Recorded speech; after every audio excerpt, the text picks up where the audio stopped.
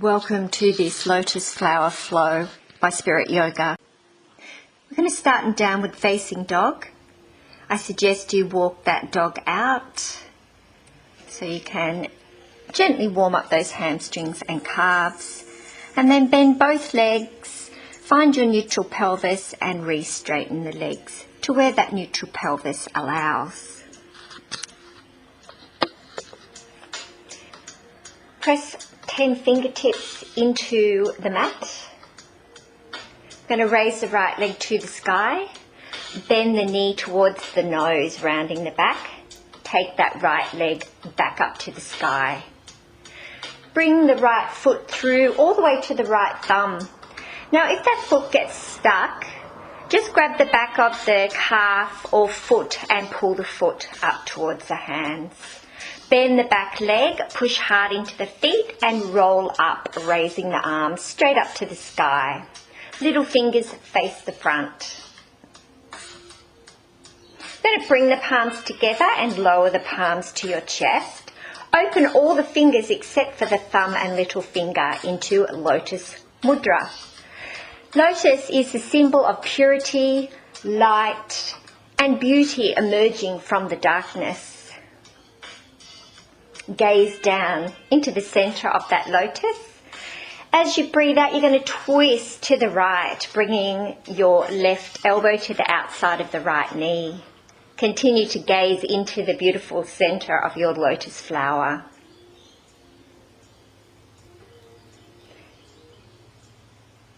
Next inhale, come back through center and raise the arms up above the head.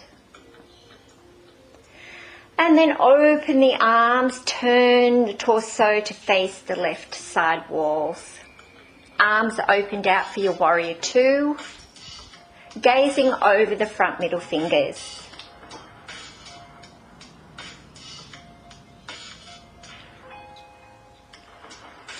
Turning now to five-pointed star, toes face the left wall. Reach the fingertips up diagonally to the sky and gaze slightly upwards. Turn your heels in, toes are out, and bend the legs and the arms. Coming into a plie with the legs and goddess or cactus arms. Elbows in line with the shoulders, hands in line with the arms. Now we open back to warrior two. Both hands frame the front foot. Stepping back to plank pose, Dandasana. Swing the heels to the left, stacking the feet, right hand to the sky. To modify, lower onto that back left knee. Looking up towards the right fingertips, and then lower the hand, coming back to your normal plank. Modifying your vinyasa, drop the knees to lower to the tummy. Little cobra lifting the head and chest. And lower the chest, curl the toes under, lift the hips, downward facing dog. A couple of deep slow breaths here.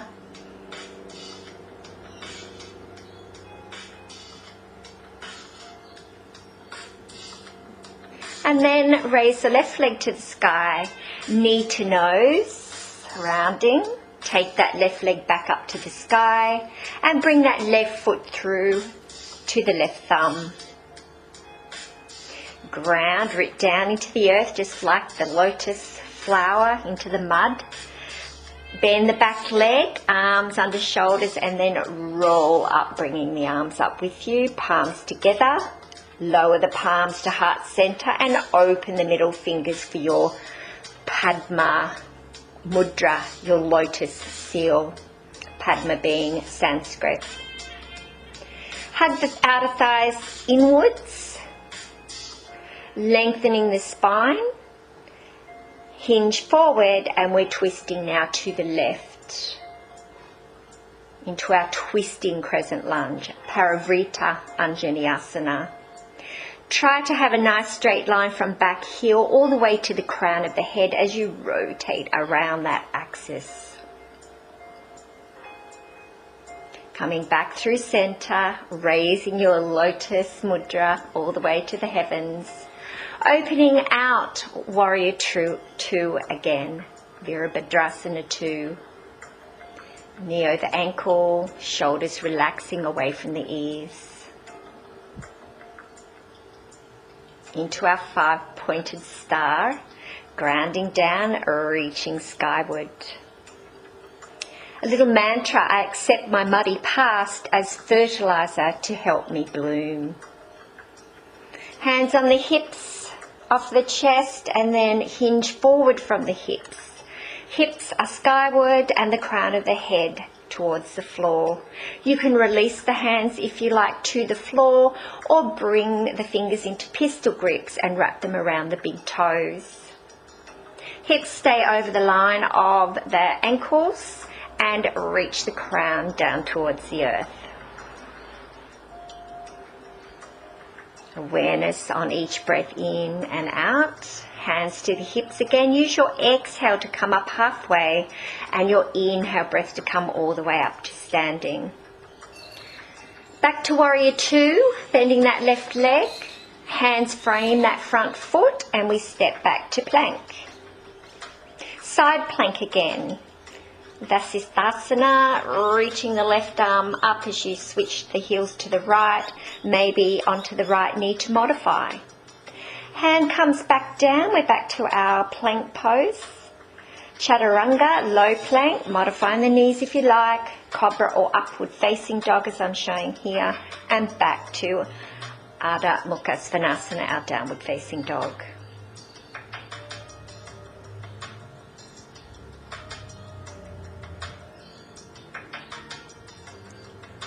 You can broaden that upper back by turning the armpits towards each other. And then we're going to lower down onto the knees, bottom towards the feet, resting in Balasana, child's pose. The lotus is a metaphor for how past experiences can be used as fertile soil for blooming into a more awakened soul. Rolling up. Swinging the feet around towards the front and then laying down onto your back supine. Bring the feet directly under the knees, the feet are hip width apart, toes face away from you. We're going to come into bridge poses, Setu Bandha Sarvangasana. Palms down for support. Start to slowly lift the tailbone, hips, waist, chest. You can leave the palms down or interlace the hands underneath you. Arms are straight with the little fingers on the floor if you have the hands interlaced. Keep drawing your inner thighs down towards the earth so that the knees stay over the ankles. And make sure you're not holding the breath. They say what we do in one thing is what we do in all things. So if we hold the breath in yoga, we tend to hold it off the mat as well. Lowering the hips down to the floor. Bring your feet mat width apart for windscreen wiper. Swinging the knees one way, head the opposite direction, just to loosen up that spine.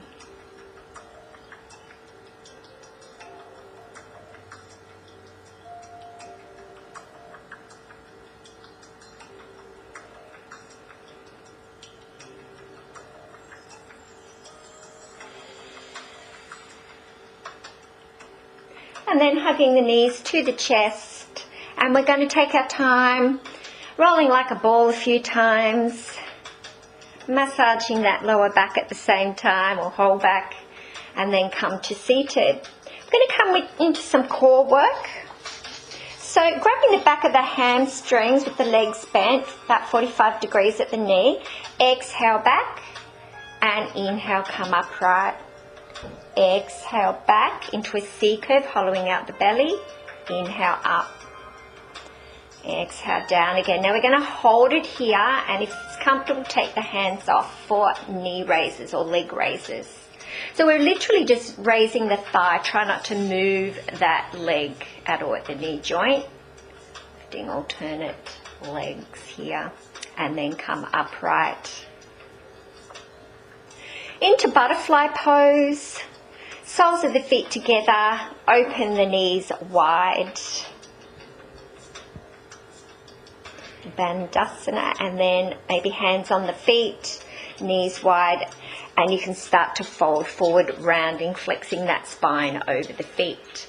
So we want to get right into the hip area.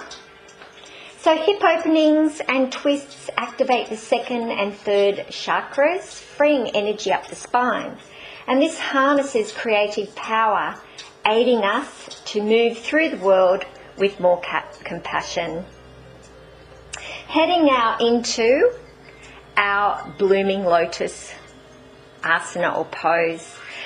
So bringing the elbows under the shins, bring the feet back together, and you're into chin mudra. First thumb and finger and first thumb together. Lift the sternum, the chest upwards, and the chin as well. A couple of deep, slow breaths here.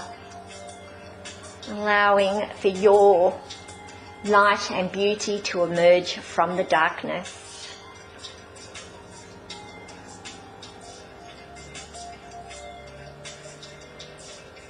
And then releasing out of our Blossoming Lotus Pose. Coming into extended Blossoming Lotus, so pistol grip around the big toes, extend the legs out straight to the side, arms and legs as straight as you offer the chest and chin up once more.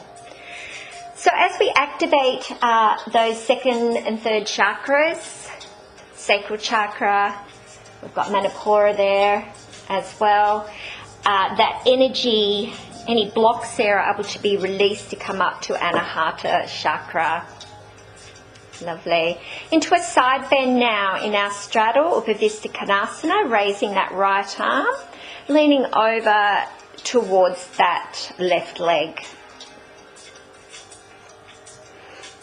You could also bend that arm and bring the hand to the head if that feels more comfortable than having the arm outstretched over the top of you. Getting a nice stretch through the intercostal muscles, great for asthmatics, shallow breathers. And then coming left arm up and over that right leg.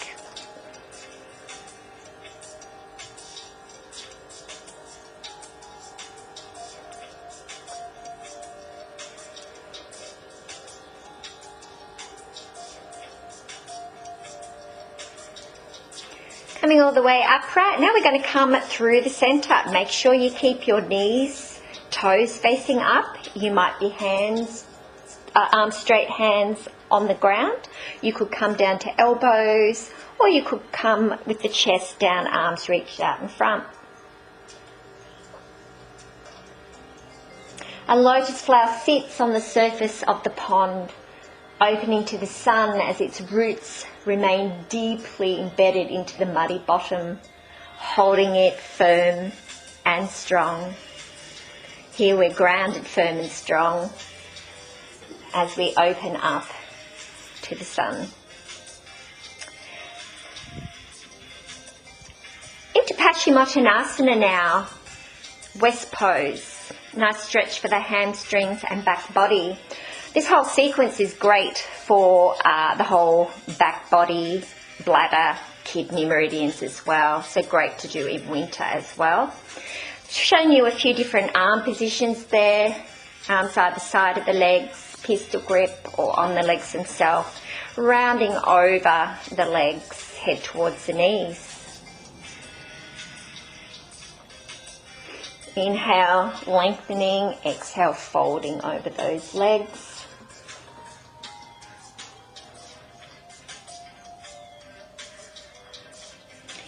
We have all at some time in our past had experiences that we reflect on that seem murky or muddy. No exceptions, I don't think, to that for anyone.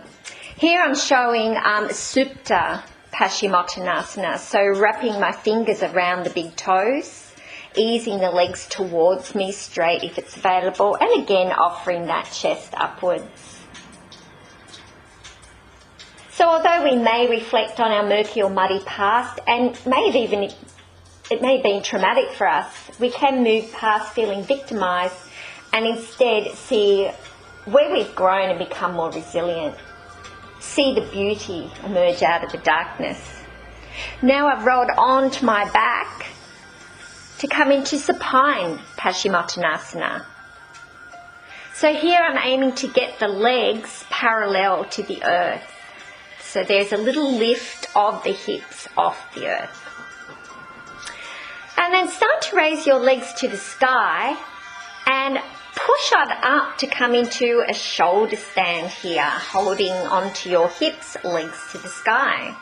Now if that's not for you, you can use a block under your hips and then take the legs straight up to the sky, and you'll just rest here getting a mild inversion.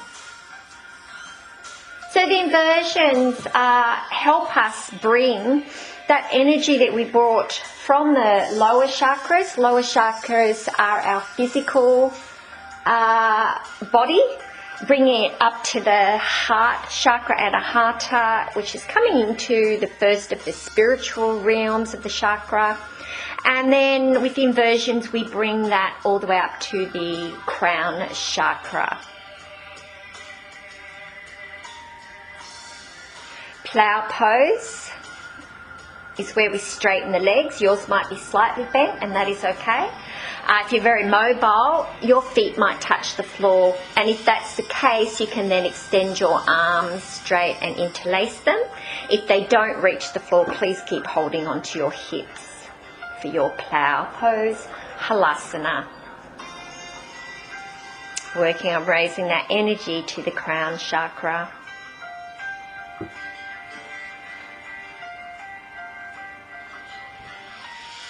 Bending the legs, knees towards the ear for deaf man's pose.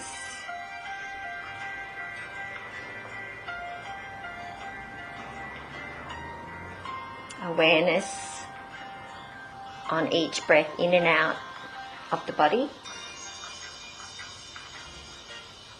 And back to our mantra, I accept my muddy past as fertilizer to help me bloom.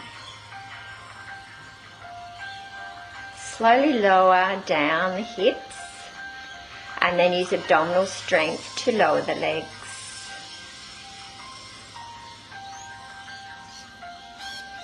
I'm just going to shimmy up my mat a little bit.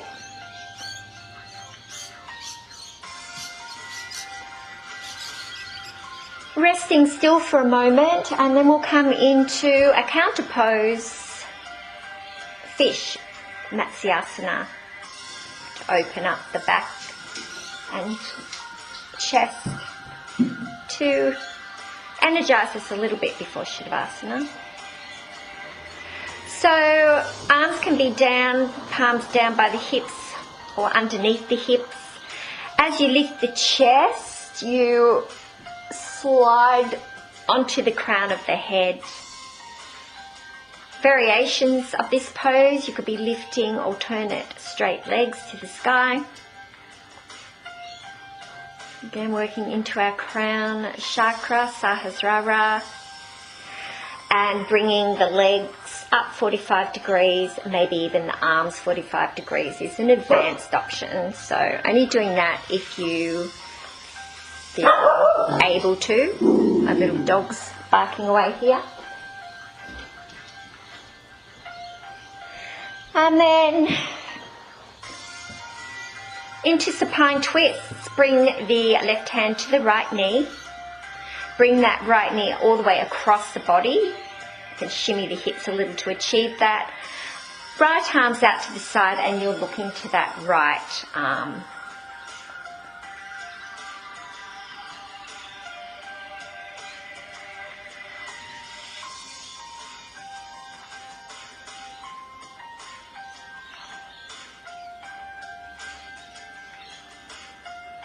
Coming back through centre, and we're going to switch sides, bend the left leg, right hand to that left knee, shimmy a little to bring the knee across the body, hip on hip, and left arm out to the side, looking to the left.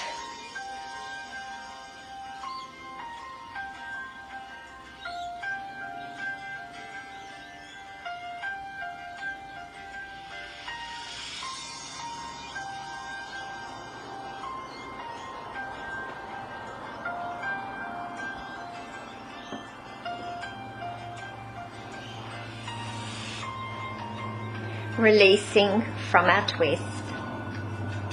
Hug the knees to the chest, lift your head and chest as well, activating that core one last time. Straighten the legs away from you, Shavasana, your corpse pose for a relaxation.